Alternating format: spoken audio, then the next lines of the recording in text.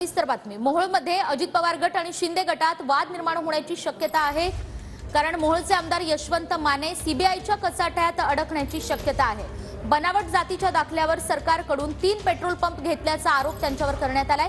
शिंदे गटाचे नेते सोमेश क्षीरसागर यांच्याकडून त्यांच्या विरुद्ध तक्रार दाखल करण्यात आलेली आहे आणि तक्रारीनंतर सीबीआयकडून चौकशी प्रक्रिया सुरू झाल्याची सुद्धा माहिती मिळते। या सगळ्या संदर्भात अधिक माहिती आपण जाणून घेऊयात आपले प्रतिनिधी सागर सुरवसे यांच्याकडून। सागर, हे सगळं प्रकरण काय?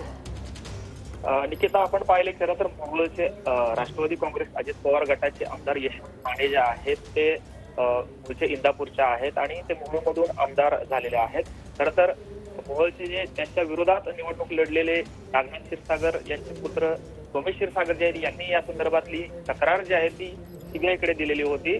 त्यांचा असा दावा आहे, त्या संदर्भातले पुरावे देखील त्यांनी जोडलेले आहेत की आमदार यशवंत माने हे मूळचे कैकाडी समाजाचे असून ते इंदापूरचे रहिवासी आहेत, मात्र त्यांनी बुलढाण्यातील चिखलीमधून एसटी जातीचा दाखला जो आहे तो काढलेला आहे आणि त्यावरती त्यांनी 3 पेट्रोल पंप जे आहेत ते केंद्र सरकारकडून लागल्याचा आरोप त्यांनी केलेला आहे। याची सखोल चौकशी व्हावी यासाठी त्यांनी 17 मे 2022 रोजी खरं तर सीबीआयकडे तक्रार जी आहे ती दाखल केलेली होती आणि या तक्रारीची दखल आता सीबीआयकडून घेतली गेलेली आहे आणि त्या संदर्भातली चौकशी देखील सुरू झाल्याची माहिती समोर येते। आणि यामुळे एकंदरीतच अजित पवार गट विरुद्ध शिंदे गट जे आहे ते आता आमने गट लागल्याची शक्यता दिसते आपल्याला, कारण यशवंत माने हे मोहोळचे आमदार आहेत आणि तिथून शिंदे गटाचे जे नेते आहेत क्षीरसागर यांनी निवडणूक लढली होती, मात्र आता या दोघांमध्ये जे आहे कुठेतरी सागर, जाणून घेत राहू या सगळ्या प्रकरणाविषयी। तुर्तास धन्यवाद।